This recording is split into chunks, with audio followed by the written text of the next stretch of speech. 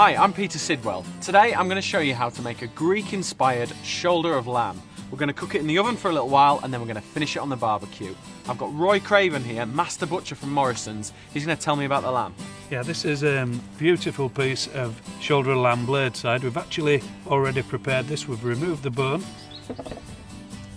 Now, is that something that the Morrisons in-store butchers will do for you? Yeah, certainly. Go to the counter, pick the piece of lamb you want. Look for the bladeside. The blade is a nice shaped piece of meat. Yeah. And once you've taken the bones out, what that'll do is it'll help the lamb cook a little bit quicker than it would if the bones were in, and also it'll make the meat a more uniform, even shape, so you get a much better end result. So now the bones are out, can you take the knife, and what I want you to do is just cut little pockets inside the lamb. So what I can do is make the marinade, and then we can push that right in the centre, and you'll get a fantastic flavour all the way through the lamb. While Roy's cutting the little pockets into the lamb, I'm going to get the marinade ready. So chop your garlic up nice and roughly. It doesn't need to be a really fine chop. And then we'll pop that into a mixing bowl. And then I've got these really nice Kalamata olives, and just squeeze them, take the stone out and pop those straight in as well. So just give them a little squeeze. They're quite soft, so they'll come out really easily. And then we're going to go in with plenty of rosemary, because lamb and rosemary work so well together. So if you could do that for me, Roy, all you need to do is just kind of go in that way, turn it the other way, and just push all the leaves straight off. It's the easiest way to get them off.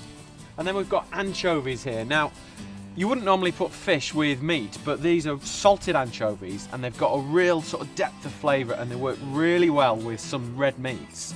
So I want a few of those in there.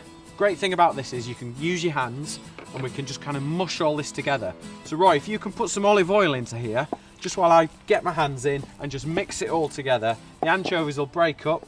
Just pour that in and then just kind of scrunch it up a little bit, and that's enough there. That's all you need to do. I just want you to take a handful and then just push it into those deep cuts that you've made. What that'll do, it means the marinade's right in the middle of the joint of meat, and it'll get really good flavour all the way through as you cook it.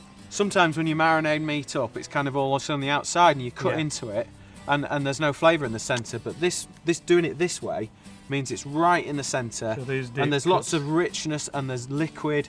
The olive oil's in the centre, so it won't dry out at all. Oh. And it's a perfect cut for this job as well. Right. Just sprinkle on some lemon zest there, and then on with plenty of salt and pepper.